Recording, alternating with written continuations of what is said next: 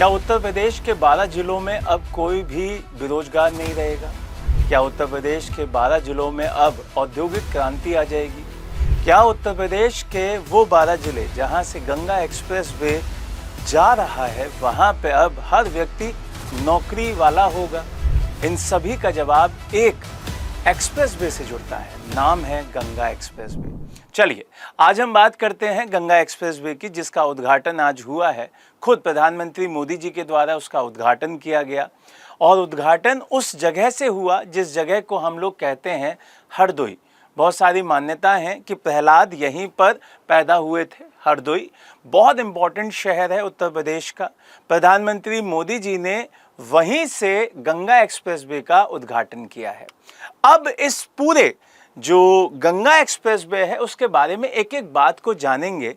उन सभी 12 जिलों के बारे में बात करेंगे जहां से ये गुजरा है, क्योंकि आपके एग्जाम के लिए बहुत इंपॉर्टेंट हो जाता है। दूसरी बात, उसकी लंबाई कितनी है ये भी बात करेंगे, कितनी लेन का है वो भी बात करेंगे, क्या इस एक्सप्रेस वे की खासियत है उसके ऊपर भी बात करेंगे, कितनी लागत आई है, सारी चीज़ें इस पूरी वीडियो में समझ लेते हैं।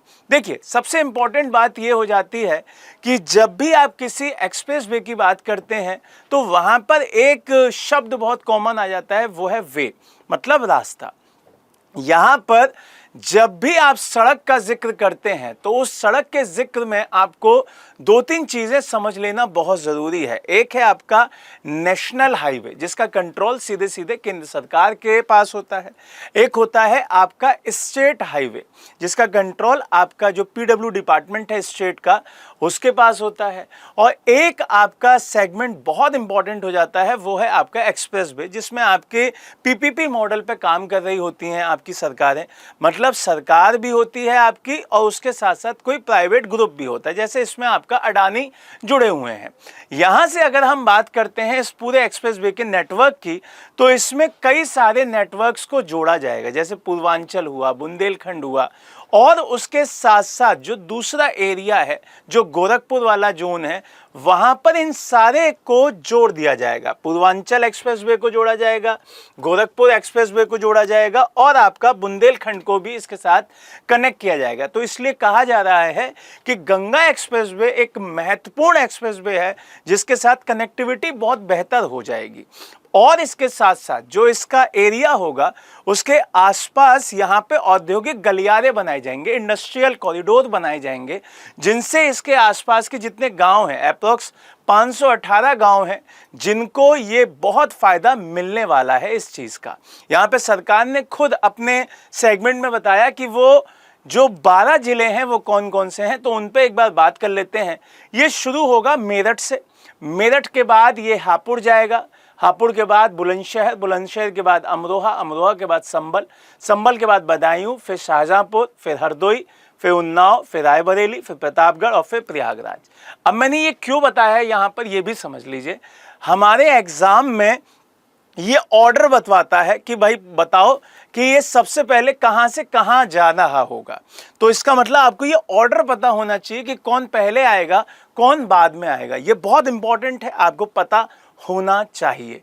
तो मेरठ, मेरठ के बाद हापुड़, हापुड़ के बाद आपका बुलंदशहर, अमरोहा, संभल, बदायूं, शाहजहांपुर, हरदोई, उन्नाव, रायबरेली, प्रतापगढ़ और देन आपका सीधे सीधे प्रयागराज। तो ये 12 जिले हो गए कंप्लीट। यहाँ से जब इसकी लंबाई की बात कर रहे होते हैं तो लंबाई इसकी 594 किलोमीटर है। ये 6 लेन का है, तो यहाँ पर ये लंबाई भी याद रखिएगा, क्योंकि यहाँ से भी क्वेश्चन आ सकते हैं। और ये यूपी का अब सबसे लंबा एक्सप्रेस वे हो गया है, फर्स्ट नंबर पे आ गया है, और ये 6 लेन का है। इसमें आपको ध्यान रखना है 500 से ज़्यादा गांव, मतलब 518 टोटल गांव हैं, 12 जिले हैं, ये चीज़ आपको ध्यान रखनी है। इसमें 120 की स्पीड बताई जा रही है कि ये आपको यहाँ पे कवर मिल जाएगा। दूसरा, अगर इसकी लागत की बात करें तो यहाँ पर आपको 36,230 करोड़ की लागत लगी है, और कई जगह पे डाटा आपका 36,402 करोड़ बताया जा रहा है, जो आसपास का एरिया भी इसमें कनेक्ट करके बताया जा रहा है। बेसिकली यहाँ पे जो सरकार ने बताया वो थोड़ा सा कम बताया। दूसरा, यहाँ से जब हम बात करते हैं कि मेरठ के कौन से गांव से है ये, तो बिजौली गांव से शुरू होगा और प्रयागराज के जूडापुर दादू गांव पर ये खत्म होगा। ये दोनों गांव भी आपके यूपी के एग्जाम के लिए बहुत इंपॉर्टेंट हो जाते हैं, वहां से ये पूछा जा सकता है। यहां पर आपको 2-3 चीजें और याद रखनी है कि यहां पर जो आपका यूपीडा है वो इंपॉर्टेंट हो जाता है। यूपीईआईडीए वो बहुत इंपॉर्टेंट है। क्यों? क्योंकि वो आपके 27 इंडस्ट्रियल और लॉजिस्टिक क्लस्टर बनाने की बात करता है, मेरठ में फार्मा पार्क की बात करता है, उन्नाव में आईटी हब की बात करता है और बदायूं हरदोई में यहाँ पे टेक्सटाइल पार्क की भी बात उन्होंने कही है।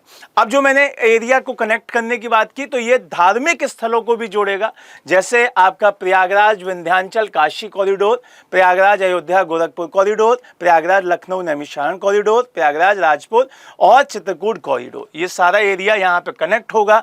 उम्मीद है कि इसके आसपास का जो एरिया है वो अब तरक्की वाला एरिया कहलाएगा। सबसे इंपॉर्टेंट एक और चीज जान लीजिए, जो शाहजहांपुर है वहां पे 3.5 किलोमीटर का एक एयर स्ट्रिप बनाई गई है जो एयरफोर्स के काम भी आएगी। अब आप मुझे कमेंट बॉक्स में बताइएगा कि क्या आपका जिला इस 12 जो जिले हैं उनमें से एक है और आपके जिले में से होकर ये एक्सप्रेसवे गुजरा है या नहीं गुजरा। नए टॉपिक के साथ दोबारा मिलेंगे, तब तक के लिए मुस्कुराते रहिए, पढ़ते रहिए। जय हिंद, जय भारत।